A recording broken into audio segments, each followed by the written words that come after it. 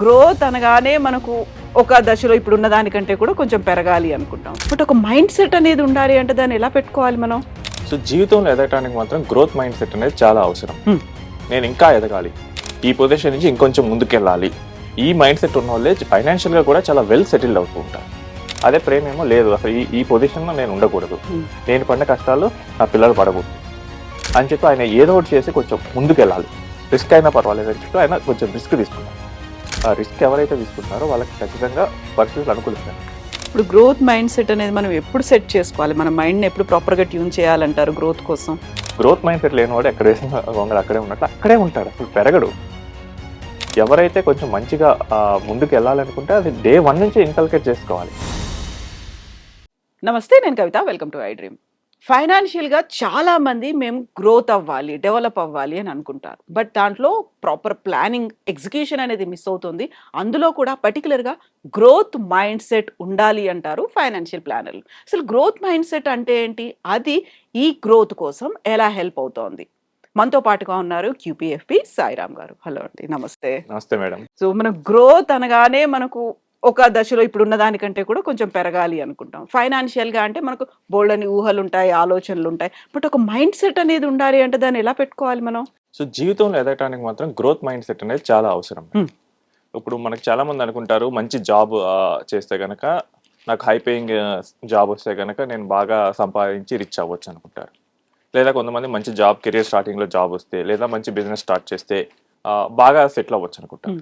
But ఇది కాదు madam driving force అనేది గ్రోత్ మైండ్ సెట్. నేను ఇంకా ఎదగాలి, ఈ పొజిషన్ నుంచి ఇంకొంచెం ముందుకెళ్ళాలి, ఈ మైండ్ సెట్ ఉన్న వాళ్ళే ఫైనాన్షియల్గా కూడా చాలా వెల్ సెటిల్డ్ అవుతూ ఉంటారు. ఈ మైండ్ సెట్ లేని వాళ్ళు ఏంటంటే ఎక్కడ వేసిన గొంగలు అక్కడే ఉన్నట్లు, బావిలో కప్పలాగా అక్కడే ఉండిపోతూ ఉంటారు. ఇక్కడే బాగుంది, పర్లేదు, బానే ఉంది డెవలప్మెంట్ అని. కెరియర్లో ముందుకెళ్ళాలి అనే మైండ్ సెట్ పెట్టుకొని వర్క్ చేస్తే ఆటోమేటిక్గా ఆ బై ఫ్యాక్టర్ ఏంటంటే బై ప్రోడక్ట్గా రిచ్ అవుతాం.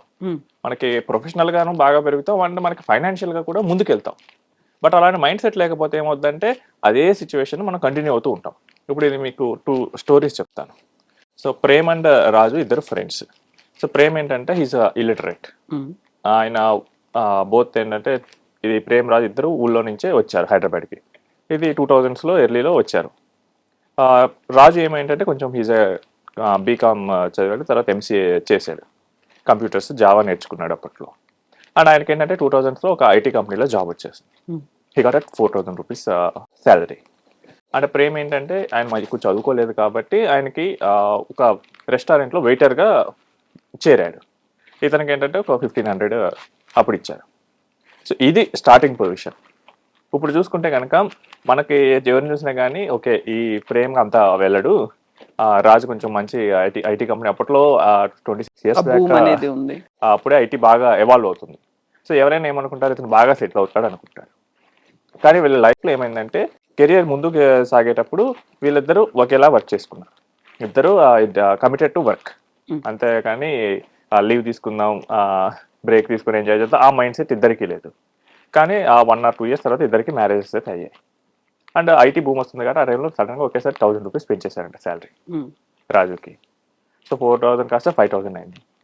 సో అంతకుముందు ఏంటంటే అమీర్పేటలో ఉండేవారంట, జూబ్లీ హిల్స్ ఆఫీస్. ఇప్పుడు అమీర్పేట సిటీ సెంటర్, రెంట్స్ కొంచెం ఎక్కువ ఉంటాయి ఫ్యామిలీ కంటే అని చెప్పేసి ఆయన అవుట్ కొంచెం దూరంగా మియాపూర్ ఆ సైడ్ వెళ్ళారంట. సో ఫ్యామిలీతో ఉండాలి కాబట్టి కొంచెం మంచి హౌస్ తీసుకున్నారు. సో శాలరీ పెరిగింది, ఖర్చులు పెరిగాయి. ఓకే, ఇప్పుడు ఎందుకు చేంజ్ అవటం, కొత్తగా మ్యారేజ్ అయింది, లెట్స్ కంటిన్యూ అని చెప్పేసి కంటిన్యూ చేశాడు. అండ్ ఒక 5 yearsలో కిడ్స్ కూడా వచ్చారు. ఈసారి కొంచెం శాలరీ పెరుగుతుంది కానీ ఎక్స్పెన్సెస్ కూడా దానికి తగ్గట్టే పెరుగుతున్నాయి. ఈయనకేంటంటే ఒక 6,500 శాలరీ అయింది ఆ టైంకి 5 years తర్వాత. ఈ టైం లోపల ఏమవుతుంది, 1,500 రెంట్, ఒక 2,000 రూపీస్ చేంజ్ ఏమో హౌస్ ఎక్స్పెన్సెస్ అవుతున్నాయి ఆ టైంలో. ఇక మిగిలింది ఏంటంటే చిట్స్ వేస్తూ సేవ్ చేసుకునేవాడు. 2010కి వచ్చేసరికి వాళ్ళ ఇంటి పక్కన, అపార్ట్మెంట్ పక్కన ఒకటి కడుతున్నారంట. సరే ఎంత అని ఎంక్వైరీ చేస్తే 20 lakhs అని చెప్పారు. సో ఈయన ఏంటంటే అప్పటికే శాలరీ ఒక 12,500 వస్తుంది. So 2010 12,500 it's decent salary. So ఆయనకున్న సేవింగ్స్, చిట్స్ ఇవన్నీ ఎంక్వైరీ చేసుకొని బ్యాంక్ లోన్కి ఆఫర్ వెళ్తే బ్యాంక్ కూడా ఒక 10 lakhs లోన్ ఇచ్చింది. సో మొత్తం 20 lakhsకి ఆయన చిట్స్ ఇవన్నీ కలిపేసి మొత్తం లోన్ పెట్టేసి ఇల్లు తీసుకున్నాడు. సో ఇదే టైంలో ప్రేమ్ చూస్తే కనుక ఆయన 2005లో వాళ్ళ ఫ్రెండ్స్తో కలిపి ఒక చిన్న హోటల్ పెట్టాడు. ఆల్రెడీ 5 ఇయర్స్ నుంచి చేస్తున్నాడు, కొంత అనుభవం ఉంది. సో ఎక్స్పీరియన్స్ ఉంది కాబట్టి కొంత నిలదొక్కోవటం, మెయిన్గా 5 ఇయర్స్ వాళ్ళు నిలదొక్కోవడం మీద ఫోకస్ చేశారు. సో 10 ఇయర్స్ తర్వాత చూసినా కానీ ఈయనేమో హౌస్ తీసుకున్నాడు. ఈయనేమో ఇంకా స్ట్రగ్లింగ్ ఫేజ్ని కొంచెం ఒక క్రాస్ చేస్తూ ఉన్నారు. బట్ ఇక్కడ ఏమవుతుందంటే ఆ ప్రేమ్ గ్రోయింగ్ మైండ్ సెట్ ఉంది. ఎన్నాళ్ళు ఇక్కడే ఉంటాం, ఏదో ఒకటి చేసి మనం ఇక్కడి నుంచి ముందుకెళ్ళాలి, అదే జాబ్ ఏం చేస్తాం, సంపాదించాలి. నేను వెయిటర్గా ఎన్నాళ్ళు ఉంటాను, నేను కూడా నాకు టాలెంట్ ఉంది, చదువు లేకపోతే టాలెంట్ ఉంది, నేను ఎంతో కొంత చేసుకొని ఒక బిజినెస్ లాగా వెళ్ళి ఏదో ఒకటి కొంచెం ముందుకు వెళ్దాం, ఈ మైండ్ సెట్ ఉంది. ఈయనకేంటి 10 ఇయర్స్ నుంచి ఒకే కంఫర్ట్ జోన్లోకి వెళ్ళిపోయాడు. ఇప్పుడు హోమ్ లోన్ కూడా తీసుకున్నాడు. ఇక ఇది అర్థమైపోయింది వాళ్ళ బాస్కి, ఓకే ఏం చేసినా ఇక్కడే ఉంటాడు, 10 ఇయర్స్ పాటు అదే కంపెనీలో ఉన్నాడంటే ఇంకా ఒక కంఫర్ట్ జోన్కి వెళ్ళిపోతుంది. వర్క్ ఏ వర్క్ అనేది అలవాటు అయిపోతుంది. అండ్ బాస్కి కూడా తెలిసిన తర్వాత ఓకే శాలరీ పెంచకపోయినా పర్వాలేదు, ఎప్పుడైనా ఎమర్జెన్సీ అయినప్పుడు హెల్ప్ చేస్తే చాలు, ఇతను ఇక్కడే ఉంటాడని ఆ బాస్ కూడా ఫిక్స్ అయ్యాడు. సో తర్వాత చూస్తే కనుక 2020 వీళ్ళకి కిడ్స్ కూడా కొంచెం గ్రాడ్యుయేషన్ వైపు వచ్చేసారు. సో అప్పుడు ఇంకా ఫ్లోగా శాలరీ ఏమో 35,000 అయింది కోవిడ్ అప్పటికి. సో ఆ టైంలో ఖర్చులు ఏమో విపరీతంగా పెరిగిపోతున్నాయి. మనకి చూస్తే కనుక 2010-8 నుంచి 2020కి ఇన్ఫ్లేషన్ బాగా పెరిగిందండి, లైఫ్ స్టైల్ ఇన్ఫ్లేషన్ హైదరాబాద్లో. ఇది హైదరాబాద్ గ్రోత్ చూస్తే మనకు ఆటోమేటిక్గా అర్థమైపోతుంది. ఇప్పుడు ఏంటంటే శాలరీ కన్నా ఖర్చులు ఎక్కువైపోయాయి. ఇప్పుడు ఏంటి, మేనేజ్ చేయడానికి అప్పులు చేయడం మొదలుపెట్టారు. తర్వాత ఒక 4 ఇయర్స్ తర్వాత వాళ్ళ పిల్లల్ని మాస్టర్స్ కోసం యూఎస్ పంపించారు. దానికోసం ఇంకో 50 లక్షలు అప్పు అయింది. సో వెరసి చూస్తే కనుక ఇప్పుడు ఆయన మొత్తం సరిగ్గా ప్లాన్ చేసుకోకపోవటం వల్ల, ఎక్కడ ఇదే జాబ్ మైండ్ సెట్లో ఉండటం వల్ల అప్పులు పాలైపోయారు పిల్లల్ని చదివించడానికి. ఇప్పుడు రిటైర్మెంట్ ఏంటి, నా హీస్ 55 ఇయర్స్. సో రిటైర్మెంట్ ఎలా ఐడియా లేదు. అదే సైడ్ ప్రేమ్ చూస్తే కనుక ఆయన 2014లో కొంచెం ఒక మంచి ఇల్లు కొనుక్కున్నారు. తర్వాత కొంచెం 2 ఇయర్స్కే చెన్నైలో ఒక ప్లాట్, తర్వాత హైదరాబాద్లో ఒక ప్లాట్, కిడ్స్ని మంచిగా చదివించుకున్నాడు. Now he's having a good income. Kids కూడా వీళ్ళ మీద డిపెండ్ అవ్వకుండా వాళ్ళ ఓన్గా జాబ్లోకి వెళ్ళిపోయి మంచిగా సంపాదిస్తున్నారు.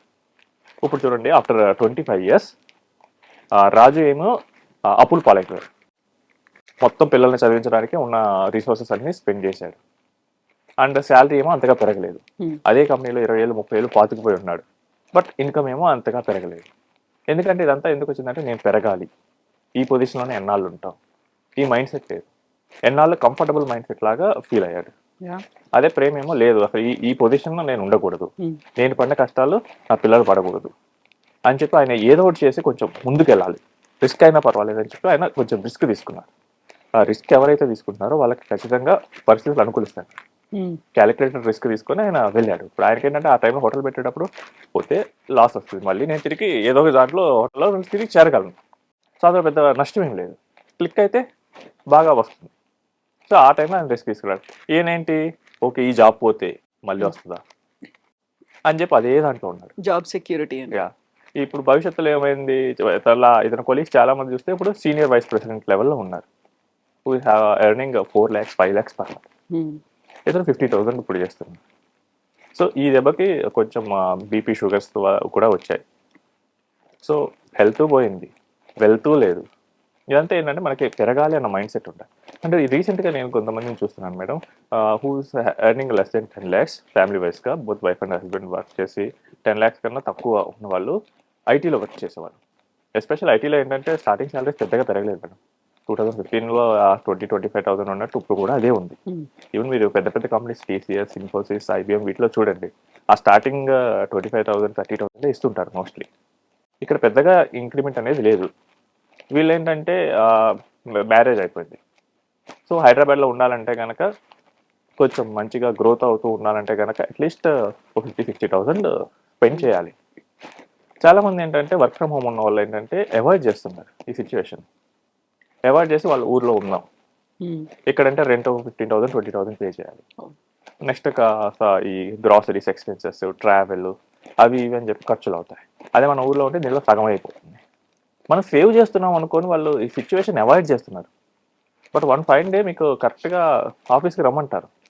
వర్క్ ఫ్రమ్ హోమ్ పర్మనెంట్గా నడవదు. ఆ రోజు ఆఫీస్కి రమ్మన్నప్పుడు మీకు సడన్గా ఎక్స్పెన్సెస్ పెరుగుతాయి. అప్పుడు ఏం చేస్తారు, మీరు సిచ్యువేషన్ తప్పించుకుంటున్నారు అంతే, సిచ్యువేషన్ ఫేస్ చేయట్లేదు. సిచ్యువేషన్ ఫేస్ చేస్తే ఏదో ఒక ఐడియా వస్తుంది, అప్పుడు నాకు సరిపోవట్లేదు, జాబ్ చేంజ్ అవ్వాలి అన్న ఐడియా వస్తుంది.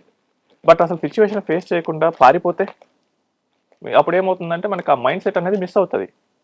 ఇప్పుడు వర్క్ ఫ్రమ్ హోమ్లో చేసే వాళ్ళకి ఏంటంటే ఆ కొలీగ్స్తో కూర్చొని ఆ డిఫరెంట్ ఆపర్చునిటీస్ని ఎవాల్యుయేట్ చేసే మిస్ అవుతుంది. అంతకుముందు ఏంటంటే అందరూ కూర్చొని ఆఫీస్లోనే ఉండేవాళ్ళు. వాడు అది కొన్నాడంట, వీళ్ళు ఇది చేశాడంట, ఏదో ఒకటి కొంచెం నాలెడ్జ్ తెలిసేది. ఇప్పుడు ఏంటంటే మీకు అలవాటైన కంఫర్ట్ జోన్లోనే ఇంట్లోనే మీరు ఉంటారు. ఇంటరాక్షన్ ఏమైంది? సో ఇది మిస్ అవుతూ ఉంటుంది. ఇప్పుడు గ్రోత్ మైండ్ సెట్ అనేది మనం ఎప్పుడు సెట్ చేసుకోవాలి? మన మైండ్ని ఎప్పుడు ప్రాపర్గా ట్యూన్ చేయాలంటారు గ్రోత్ కోసం? డే 1 నుంచే గ్రోత్ మైండ్ సెట్ ఉండాలి మేడం. గ్రోత్ మైండ్ సెట్ లేనివాడు ఎక్కడ వేసిన గొంగలు అక్కడే ఉన్నట్లు అక్కడే ఉంటాడు, అసలు పెరగడు. సో ఎవరైతే కొంచెం మంచిగా ముందుకు వెళ్ళాలనుకుంటే అది డే 1 నుంచే ఇన్కల్కేట్ చేసుకోవాలి. ఇది ఓన్లీ ఎర్నింగే కాదు మేడం, ఏ రంగంలో అయినా కానీ ఈ మైండ్ సెట్ అనేది అవసరం. చదువుకునే వాళ్ళకి ఏంటి, ఇప్పుడు నాకు 10th ర్యాంక్ వచ్చింది, నాకు ఇది చాలు అనుకుంటే ఏమవుద్ది, 10th నుంచి ఇంకా కిందకి పడతాం. నేను ఇంకా ముందుకు వెళ్ళాలి, నాకు ఎందుకు ఫస్ట్ ర్యాంక్ రావట్లేదు, అలా తీసుకొని ప్లాన్ చేసుకోవాలి. నెక్స్ట్ మనకు ఇప్పుడు ఫర్ ఎగ్జాంపుల్ క్రియేటివ్ రంగంలో ఉన్నవాళ్ళు, సో ఈరోజు నా పొజిషన్ ఏంటి, టాప్ ఉన్న వాళ్ళు ఏంటి, వీళ్ళిద్దరికి తేడా ఏంటి, నేను ఎందుకు చేయలేకపోతున్నాను, సో ఇలా ఎవాల్యుయేట్ చేసుకుంటూ ముందుకు వెళ్ళాల్సి వస్తుంది. అలా ముందుకెళ్తే కనుక ఖచ్చితంగా వీళ్ళ ఇన్కమ్ సోర్సెస్ పెరుగుతాయి. వీళ్ళ ఇన్కమ్ సోర్సెస్ పెరిగినప్పుడు ఆటోమేటిక్గా ఫైనాన్షియల్గా కూడా వెల్ బీయింగ్ సెటిల్ అవుతారు. బట్ ఇలా ఆలోచనే లేకపోతే మీరు ఎంత చేసినా కానీ అక్కడే ఉంటారు. అది గ్రోత్ మైండ్ సెట్ లేని వల్ల ఈ ఇన్వెస్ట్మెంట్ హ్యాబిట్స్ నేను చూశాను, ట్రెడిషనల్గా ఉంటాయి. Like they will invest in gold, they will invest in real estate, లేదా ఫిక్స్డ్ డిపాజిట్స్, లేదా ఒక money back insurance policies, endowment policies, వీటిలోనే స్టిక్ అయిపోతారు. ఎందుకంటే ఈ మైండ్ సెట్ ఉన్న వాళ్ళకి ఈ మైండ్ సెట్ ఉన్న వాళ్ళే ఫ్రెండ్స్ అవుతారు మెయిన్. బియాండ్ ఆలోచించలేరు. బియాండ్ ఎవరైనా చెప్పినా అర్థం కాలేదని లైట్ తీసుకుంటారు, మనది కాదు. సో వీళ్ళకి ఏంటి, ఈ ట్రెడిషన్ దాటి ముందుకెళ్ళరు కాబట్టి ఆ యావరేజ్ ఇన్ఫ్లేషన్ తగ్గట్టే రిటర్న్ వస్తుంది. అప్పుడు ఏమవుతుంది, ఒకటి మనీ, వీళ్ళ శాలరీస్ పెరగవు, వీళ్ళ ఇన్వెస్ట్మెంట్స్ కూడా అంత గ్రోత్ ఉండవు. మేబీ కొందరు 100లో ఒకరికి ఇద్దరికి ఏదైనా ఒకరికి శిల్పారామం దగ్గర ల్యాండ్ 20 years బ్యాక్ ఉంటే ఇప్పుడు వాల్యూ ఉన్నట్టు లక్లో పెరగవచ్చు. బట్ అది వాళ్ళకి లక్ వల్ల వచ్చింది తప్ప వాళ్ళ స్కిల్ వల్ల, వాళ్ళ టాలెంట్ వల్ల వచ్చింది ఏం కాదు. సో ఈ మైండ్ సెట్ అనేది మిస్ అవుతుంటే కనుక మనకి ఫైనాన్షియల్లీ ఫ్యూచర్లో చాలా ఇబ్బంది పడాల్సి వస్తుంది. అండ్ రిటైర్మెంట్ అప్పుడు అసలు బాగా తెలుస్తుంది. వీళ్ళకి పిల్లలు ఎప్పుడైతే కొంచెం గ్రాడ్యుయేషన్కి వెళ్ళారు అప్పుడు ఎక్స్పెన్సెస్ బాగా పెరుగుతాయి. అప్పుడు దాకా ఏంటంటే ఎట్లా ఒకట్లా చేసి కొంచెం చదివించవచ్చు. ఇప్పుడు స్కూల్స్ చూస్తే కనుక మనకి ఇంటర్నేషనల్ స్కూల్స్ 3 lakhs ఫీజు అనుకున్నాం, కొంచెం చిన్న లెవెల్ స్కూల్స్ 50,000, 60,000 లేదా 1 lakh లోపల అడ్జస్ట్ అవుతారు. బట్ కాలేజెస్కి వచ్చేసరికి పిల్లల్లో కూడా వాళ్ళు ఆ తేడా ఐడెంటిఫై చేస్తారు. వాళ్ళకు కూడా అప్పుడప్పుడే 18 years దాటుతుంది కదా ఆలోచించడం మొదలు పెడతారు. సో నాకు ఈ ఆపర్చునిటీ మిస్ అవుతుంది అండ్ వాళ్ళకు కూడా ఎక్స్పెన్సెస్ పెరుగుతూ ఉంటాయి. ఆ ఎక్స్పెన్సెస్ని వీళ్ళు ప్రొవైడ్ చేయలేదు. సో ఇదేమవుతుందంటే ఇది ఒక్కొక్క మిస్టేక్ కాంపౌండ్ అవుతూ చివరిలో చాలా ఎక్కువ ఎఫెక్ట్ చూపిస్తుంది. అండ్ ఒకప్పుడు లాగా సొసైటీ లేదు మేడం. ఒకప్పుడు అంటే 20-25 years బ్యాక్ రిటైర్మెంట్ అంటే కిడ్స్ మీద డిపెండ్ అవుతాం. సో ఇప్పుడు మనం చాలా మంది ఇళ్లలో చూస్తున్నాం, గ్రాండ్ ఫాదర్స్ వాళ్ళ పేరెంట్స్తో ఉంటారు. బట్ మన పేరెంట్స్ మనతో ఉంటారా, మనం మన కిడ్స్తో ఉంటామా? కల్చర్ మారిపోతుంది. వాళ్ళు ఎక్కడో ఉద్యోగాలు చేస్తారు, మనం చూసుకొని ఉంటాం అనేది కుదరదు. ఆ నిజాన్ని మనం ఐడెంటిఫై చేయాలి. సో దాని తగ్గట్టు మనం ప్లాన్ చేసుకోవాలి. సో రిటైర్మెంట్ అప్పుడు నాకేమి ఇబ్బంది పడకూడదంటే నాకు కార్పస్ ఉండాలి, నాకు లిక్విడ్ కార్పస్ ఉండాలి. అది రావాలంటే నేను ఎక్కువ ఎర్న్ చేయాలి. మీకు ఎక్స్పెన్సెస్ చాలా వేగంగా పెరిగిపోతున్నాయి మేడం. సో ఒక 20 years బ్యాక్ 5,000 rupees ఎక్స్పెన్సెస్ ఉన్నవి, ఇప్పుడు 50,000 అవుతుంది. ఇదే 20 years తర్వాత అయితే 5 lakhs అవుతాయి. వినడానికి కొంచెం కష్టంగా ఉంటుంది. బట్ చూడండి 1990sలో ఎంత ఎక్స్పెన్సెస్ ఉన్నాయి, 2000లో ఎంత ఉన్నాయి, 2020sలో ఎంత ఉన్నాయి. ఇదే ట్రెండ్ కంటిన్యూ అవుతుంది. మేబీ 1 or 2 years అటు ఇటు అవ్వచ్చు, కానీ ట్రెండ్ మాత్రం ఇలానే ఉంటుంది. సో మనకి గ్రోయింగ్ ఎకానమీ కాబట్టి ఖచ్చితంగా ఇన్ఫ్లేషన్ అనేది మనకు ఉంటుంది. ఇన్ఫ్లేషన్, పాజిటివ్ ఇన్ఫ్లేషన్ ఉంటేనే మనకి ఇంకా గ్రో అవుతూ ఉంటుంది. సో దీన్ని ఎవరైతే అండర్ ఎస్టిమేట్ చేస్తారో వాళ్ళ ఫ్యూచర్లో చాలా ఇబ్బంది పడతారు. ఏదైనా డబ్బు తక్కువ అయిపోవటం కానీ, పిల్లల మీద డిపెండ్ అవ్వటం కానీ, వాళ్ళు ఏదో ఒకటి అన్నా కానీ ఇంకా ఏమి అనలేక అక్కడే ఉంటాం కానీ ఇదంతా జరుగుతుంది. కాంప్రమైజ్ అవ్వాల్సి. ఇదంతా ఏంటంటే వాళ్ళ 30sలో వాళ్ళు తీసుకునే డెసిషన్స్, వాళ్ళ మైండ్ సెట్ బట్టి వాళ్ళ 60sలో వాళ్ళ లైఫ్ అనేది ఉంటుంది. అదే గ్రోత్ ఓరియంటెడ్గా వెళ్తే కనుక కొంచెం వెల్త్ క్రియేట్ చేసుకోగలరు, కెరియర్లో ముందుకు వెళ్ళగలరు, సొసైటీలో మంచి పొజిషన్లో ఉండగలరు. ఇవన్నీ ఆటోమేటిక్గా పాజిటివ్గా వస్తుంటాయి. లేకపోతే కనుక అన్ని మనకి నెగిటివ్గా అయ్యి లాస్ట్లో ఇబ్బంది పెడుతుంటాయి. Thank you.